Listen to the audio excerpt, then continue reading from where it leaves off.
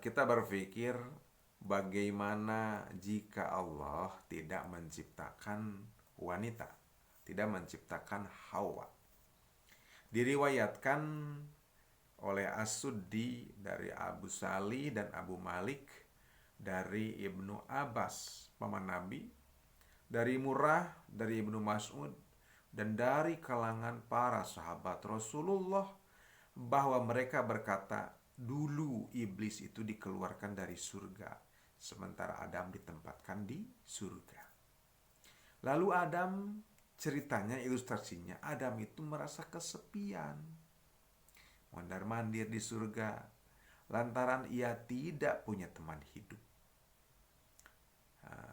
Kemudian maksud teman hidup itu adalah teman hidup yang dapat membuatnya menjadi tentram. Di saat Adam tertidur dan ia terbangun dari tidurnya, ia melihat seorang wanita atau makhluk wanita yang sedang duduk di sisi kepalanya. Wanita ini diciptakan oleh Allah dari tulang rusuk Adam. Adam bertanya kepadanya, "Siapakah gerangan engkau?" Yang ditanya menjawab, "Aku seorang wanita." Adam kembali bertanya, "Untuk apa engkau diciptakan?" Wanita itu menjawab, "Agar engkau tentram di sisiku." Jadi artinya ada ilustrasi bahwa kenapa Tuhan menciptakan wanita? Agar laki-laki tentram di sisinya. Untuk menguji ilmu Adam, para malaikat bertanya, "Wahai Adam, siapakah nama wanita itu?" Lalu Adam menjawab, "Namanya Hawa."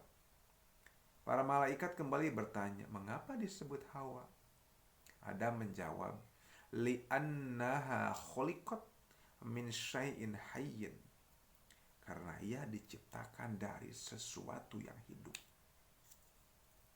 Begitulah yang ditulis oleh Imam Ibnu Katsir Ad-Dimashqi Asy-Syafi'i dalam kitab Qasas Al-Anbiya. Kita ketika itu menceritakan bagaimana penciptaan Hawa dari tulang rusuk Nabi Adam. Kemudian dalam sebuah bukunya, Dr. Amru Khalid dalam kitab Inni Ja'ilun fil Ardi Khalifah mengatakan bahwa Hawa disebut Hawa karena mengandung 3 makna. Ingat, 3 makna. Makna pertama, lantaran Hawa itu berasal dari kehidupan. Li'annaha min al-hayat. Ia tidak diciptakan dari tanah sebagaimana Adam diciptakan. Namun ia diciptakan dari Adam itu sendiri. Dengan makna ini artinya kehidupan tidak sempurna tanpa seorang Hawa. A man cannot live without woman.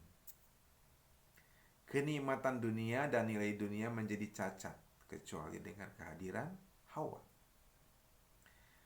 Makna kedua, Hawa berarti al-ikhtiwa, artinya mengisi peran. Karena dengan itulah ia mengisi hidup Adam, kehidupan sehari-harinya. Seorang wanita menghiasi kehidupan laki-laki. Seorang wanita bisa mengisi hidupnya dengan berperan, bisa sebagai seorang ibu, jadi seorang anak, jadi seorang saudara. Bahkan bisa jadi kalau ibunya tidak punya suami jadi single parent, jadi berperan sebagai ayah. Nah, itulah peran yang kedua daripada Hawa. Kemudian makna ketiga, makna Hawa berarti al-haya atau malu. Dengan makna ini, seorang wanita harus memiliki apa yang dikatakan itu punya rasa malu. Kemudian Hawa adalah wanita yang paling cantik di dunia. Ya, menurut cerita Adam juga ganteng seperti itu. Maka carilah perempuan cantik dan carilah laki-laki ganteng. Tentunya syaratnya bertakwa kepada siapa? Kepada Allah. Menerima juga kepada Rasulnya sebagai utusan Allah. Nah, inilah barangkali sekelumit lah tentang Siti Hawa yang dimakamkan di Jeddah. Arti Jeddah adalah nenek moyang.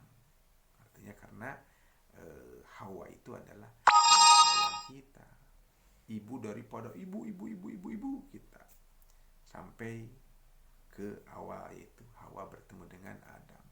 Maka sebagai contoh ilustrasi, ketika seorang perempuan bercermin kemudian bersyukur, saat itulah turun jamaliyah, keindahan.